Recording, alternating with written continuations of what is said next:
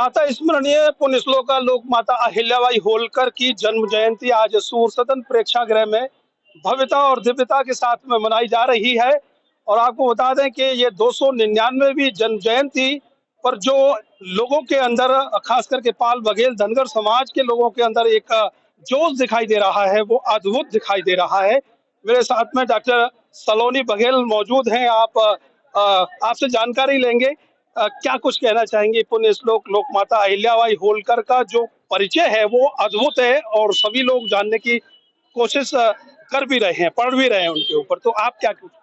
देखिए, मैं बस इतना कहूंगी कि माता लोक माता हमारी अहिल्याबाई होलकर जी का जन्मदिन 31 मई को होता है, तो उसी के लिए जगह जगह पे प्रोग्राम होते हैं। एक दिन आप सब जगह नहीं कर सकते, तो इसलिए उसको दिनों में बांटा गया है और अलग अलग जगह में ज्यादा से ज्यादा लोग आ सके, ज्यादा से ज्यादा लोगों को पता चल सके कि जो हमारे आजादी की तरफ जो हमारा आंदोलन चला था उसके पीछे कितने लोग थे। हर किसी का नाम आगे नहीं आ पाया। हम गिनती से 10-12 लोगों को स्कूल में पढ़ते थे केवल, ठीक है। ऐसे कई सिर्फ 10-12 लोग चेहरे नहीं होते, उनके पीछे 100,000 लोग होते हैं जिनका अपना अपना योगदान होता है छोटे छोटे लेवल्स पे।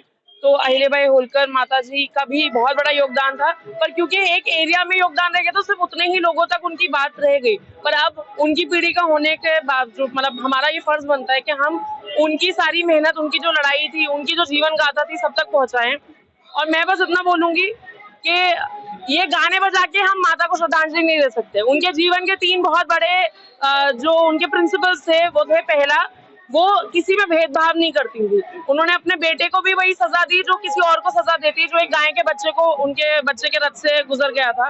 तो वो भेदभाव नहीं करती, ऊंच नीच का फर्क नहीं करती थी। तो हमें ये चीज अपनानी चाहिए। ये नहीं कि हमारी औलाद है, उसने कुछ गलत काम किया तो हम उसके पक्ष में सारा काम करें और दूसरे की औलाद को हम सूली पे चढ़वा दें। दूसरी चीज जो माता का था कि वो शिव जी की भक्त थी। उन्होंने ये बताया कि आप अगर भगवान को मानते हो तो आप सच्चे रास्ते पे चलोगे, ठीक है। भगवान को मानने का मतलब ये नहीं कि आप दंगे फसाद करो। भगवान होता है, आप ऊपर वाले को मानने के चक्कर में दंगे फसाद नहीं करो, ठीक है। आपको शांति पूर्वक अपना जो धर्म है वो दूसरों को समझाना चाहिए। परिवर्तन की बात नहीं हुई है यहाँ पे, सिर्फ धर्म समझाने की बात हुई है। और जब मैं आपको किसी चीज की अच्छाई समझाऊंगी तो आप अपने आप उसको फॉलो करोगे, सिंपल सी बात है। तीसरी चीज जो उनकी थी कि वो बिल्कुल किसी से नहीं डरती थी, वो सच बोलने से नहीं कतराती थी। तो वो हमें भी उसी चीज से प्रेरणा लेनी चाहिए, ठीक है, कि हमें सच बोलने से कभी डरना नहीं चाहिए। और बाकी तो सबके अपने अपने देखिए श्रद्धांजलि या उनको याद करने के तरीके अपने हैं। पर मुझे लगता है अगर हम उनके जीवन के 2-3 चीजें भी अपने जीवन में उतार लें तो हमारा पैदा होना धन्य हो जाएगा, ठीक है। सलोनी जी, देखा गया एक लंबा दौर 35-36 साल पहले शायद प्रोफेसर आपके पिताजी सांसद जी हमारे, तो कहीं ना कहीं जब आए थे तब जागरूकता नहीं थी, लेकिन जो एक पौधा रखा समाज की तरफ से, खास करके पुण्य श्लोक लोक माता अहिल्याबाई होलकर के जो कार्यक्रम उन्होंने शुरुआत में किए, आज वो बट वृक्ष का रूप धारण कर किए हुए हैं।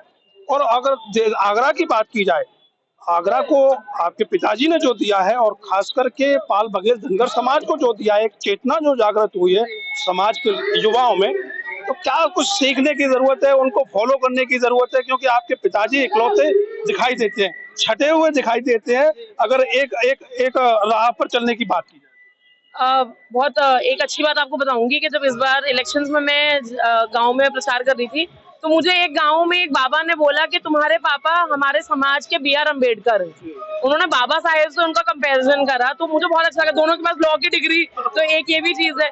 और आप अपने समाज का उद्धार तभी कर सकते हो जो आप समाज से हटके सोच रखोगे। अगर आप इसी चीज में खुश हो जाओगे, नहीं जी हम इसी में ठीक है कि सुबह गैया चरानी है, शाम को बकरी चरानी है, ठीक है, और खाना खाना और सोना है और मर जाना है, बस अगर आपकी सोच यही रहेगी तो आप वहीं तक रह जाओगे। पापा ने अंदर अभी भाषण में भी ये बोला कि अगर आप जीवन में कुछ करना चाहते हैं तो बड़ा रिस्क लीजिए। अब रिस्क का मतलब ये नहीं किसी का मर्डर करना भी रिस्क होता है, ठीक है। रिस्क का मतलब है कुछ अच्छा करने का रिस्क लो, ठीक है। आप जहाँ हो, अगर आप कुएं का मेंढक बन के रह गए तो उसी में मर जाओगे। आप बाहर का मोर नहीं बन पाओगे, ठीक है। जब तक आप बाहर नहीं निकलोगे, 100 लोगों से मिलोगे नहीं, तो आपको समझ में नहीं आएगा कि समाज में क्या चल रहा है, दुनिया में क्या चल रहा है। और मुझे ऐसा लगता है कि हमें, जैसे हम बोलते हैं हमारे भारत देश तो बेकार है, विदेश में जाके बसो, जो बहुत मेरे साथ के लोग विदेश में जाके बसे हैं तो वो कहते हैं अरे यार इंडिया में क्या रखा है, बाहर बस देना। मैं कहा आप जैसे लोग अगर बाहर जाएंगे तो फिर इंडिया तो वैसे ही अच्छा नहीं हो पाएगा ना। पढ़े लिखे होने का फायदा क्या अगर आप जहाँ रह रहे हो उस जगह को अच्छा ना बना सको।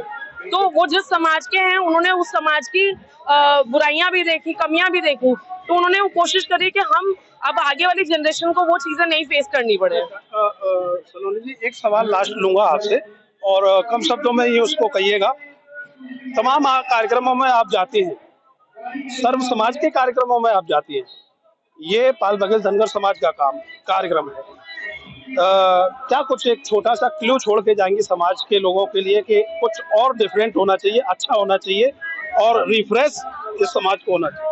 देखिए, कम शब्दों में तो नहीं बोल सकती, पापा के गुण आए हैं मेरे अंदर, ठीक है, पर बस इतना बोलूंगी, आज की पीढ़ी को देखना चाहिए। अगर हम अहिल्याबाई माता को श्रद्धांजलि देना चाहते हैं तो उनकी याद में आप पेड़ लगाओ। उनका जितने बर्थडे हुए हैं, जैसे इस बार 299 बर्थडे है उनका, तो 299 अगर हर इंसान अपने गाँव के आसपास पेड़ लगाने की कोशिश करेगा, 200 में से 100 तो बचेंगे, ठीक है। तो आप जैसे वो लोक माता कहलाई, उन्होंने सबके लिए करा, उन्होंने जानवरों के लिए किया, उन्होंने पर्यावरण के लिए किया, तो हमें भी वही करना चाहिए कि हम जब किसी को अपना आइडल मानते हैं, हम किसी को अपना हीरो मानते हैं, तो हमें उसके जैसा अच्छा बनने की कोशिश करना चाहिए। तो मुझे ये लगता है कि हम नई चीजें जो कर सकते हैं, कि ये शोर शराबा करने से अच्छा है कि हम वृद्धाश्रम में जाएं, लोगों को खाना खिलाएं, जो हमारे गरीब लोग हैं उनको कुछ बांटें, मतलब हम पेड़ लगाएं, पर्यावरण। आप देख रहे हो गर्मी कितनी हो रखी है, और अभी जून प्रॉपर आया नहीं है, ठीक है, तो अभी ये गर्मी है शाम के 6 बजे के आसपास। तो मुझे लगता है, मैं तो ये कहूंगी, पेड़ लगाओ, जब खुश हो, जब दुखी हो, तब भी पेड़ लगाओ। मुझे लगता है लोक माता अहिल्याबाई होलकर ने ये शोर शराबा नहीं किया था, तब उनके कार्य आज बोल रहे हैं शायद, तब से लेके और आज। स्टोरी एक उनकी सुनी कि जब उनके पति गुजर गए थे, उनके ससुर जी गुजर गए थे, और फिर उनको रानी बनना पड़ा, तो आसपास के पेशवाओं को लगा कि भाई ये औरत बन गई तो इसको तो हमें हटाना है, हमें जीतना है, ठीक है, हम एक औरत को कैसे आगे आने दे सकते हैं। तो उन्होंने बस एक लेटर लिखकर भेजा उन पेशवाओं को कि देखो, मेरे पास महिलाओं की फौज है, अगर मैं हार गई तो सब आप पे हंसेंगे कि महिलाओं को हरा के क्या जीते, और अगर मैं जीत गई तो लोग आपका मजाक उड़ाएंगे, महिलाओं से हार गए, ठीक है। तो उन्होंने बिना तलवार निकाले ही जंग जीत ली थी। तो हमें भी ऐसे ही करना चाहिए, बिना शोर करे ही हमें महान काम कर देने चाहिए। बिल्कुल, और लोक माता अहिल्याबाई होलकर से सही प्रेरणा यही होगी कि शोर शराबा नहीं करना है आपको सिर्फ उनके रास्ते पर चलकर, चाहे वो आध्यात्म का रास्ता अपनाइए, चाहे वो परोपकार का रास्ता अपनाइए, आप कुछ भी करिए लेकिन अच्छा करिए, तभी सच्ची श्रद्धांजलि लोक माता अहिल्याबाई होलकर को आपकी तरफ से होगी। आगे भी नए विचारों के साथ फिर उपस्थित होंगे, तब तक मुझे दीजिए अनुमति। प्रणाम, जय श्री राम।